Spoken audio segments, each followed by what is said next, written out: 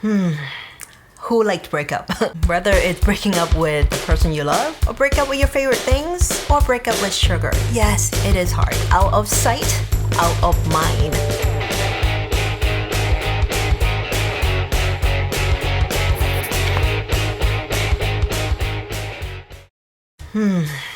Who likes to break up? I don't think anybody breaks up. Whether it's breaking up with the person you love, or no longer love, or break up with your favorite things, or break up with sugar. Yes, it is hard. This is why I want to give you some tips to help you break up with sugar and say bye-bye because it's no longer serving you. Number one, we're breaking up with sugar. I always like to say out of sight, out of mind. Because if you don't see it, chances are you eating it is less. Not saying that you don't see it does not mean you don't missed it, you don't love it, you don't go out and get it. You do, but the chances are a lot less. Just survey your kitchen, survey your pantry, survey your refrigerator, survey your kitchen counter. Do you have these goodies or sweets lying around, desserts lying around? And if your answer is yes, that could be the reason why it's so hard to break it up.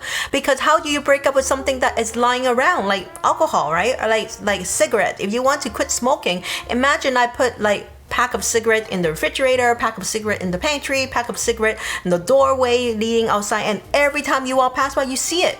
It's very, very hard. So go down to your kitchen, check out your places and your pantry, your refrigerator, and see if you can spot those sugar lying around. Get rid of them, or simply put it in a box and hide it so that you don't see it. Number two, people don't even think about it. How you really break up with sugar is getting enough in your meal. I notice a lot of people tend to snack, not necessarily because they are bored, they can, not necessarily because they are craving for sugar, but more because they're actually hungry.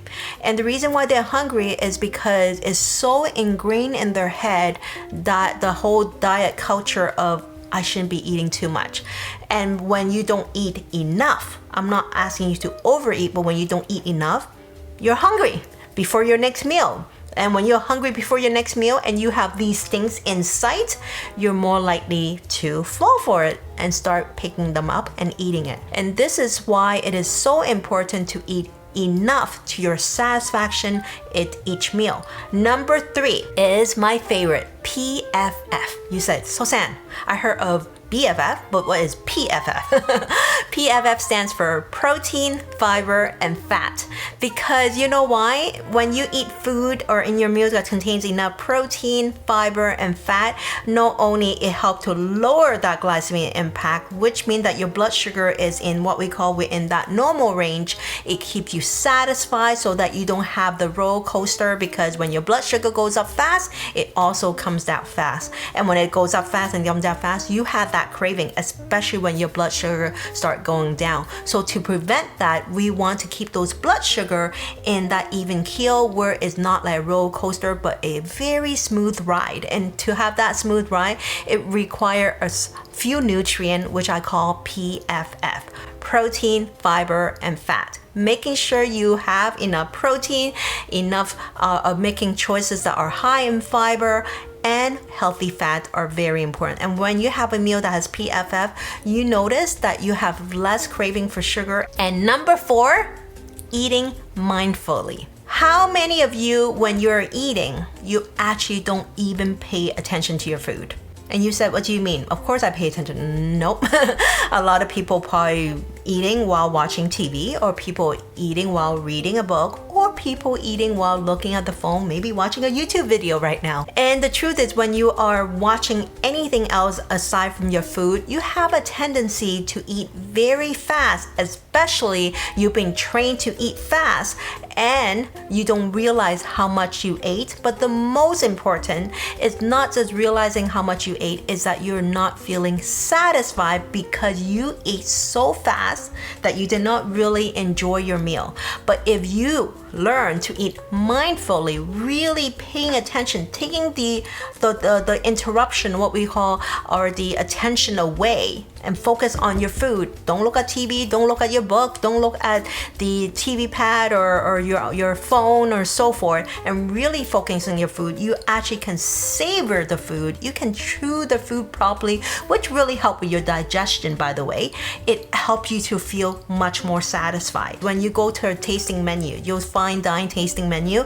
A lot of time you notice the portion is very small, but many people leaving the tasting menu or fine dine restaurant feeling satisfied. They might not be full, but they're satisfied.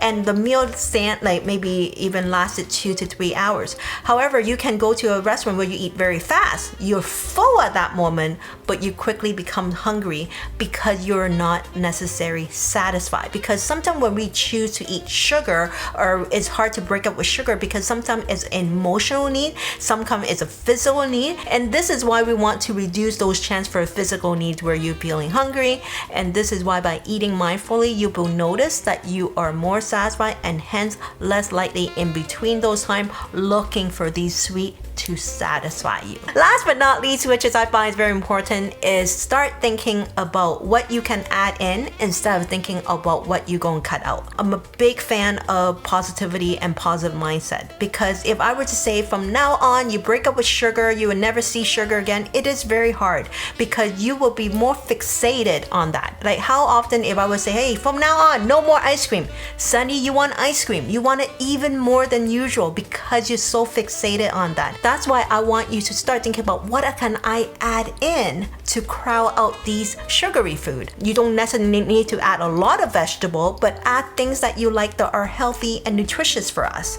And when you actually add in things that are healthy and nutritious for us, you crowd out those unhealthy choices. So even though when you do eat those unhealthy choices, there are not much space for them. But if you start only focusing on that unhealthy food that you want to break up with, the more you want it. It's like breaking up with a guy. And if you want to break up with him, stop thinking about him. Maybe you plan your social schedule with your friends, doing things that you love, and before you know it, it's much easier to get over this breakup.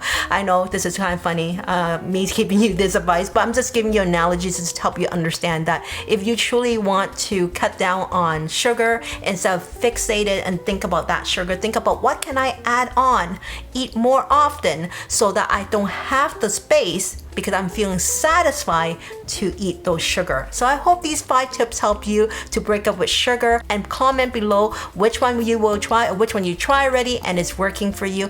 And as always, 食得有型活得健康. I will see you next time. Bye everyone.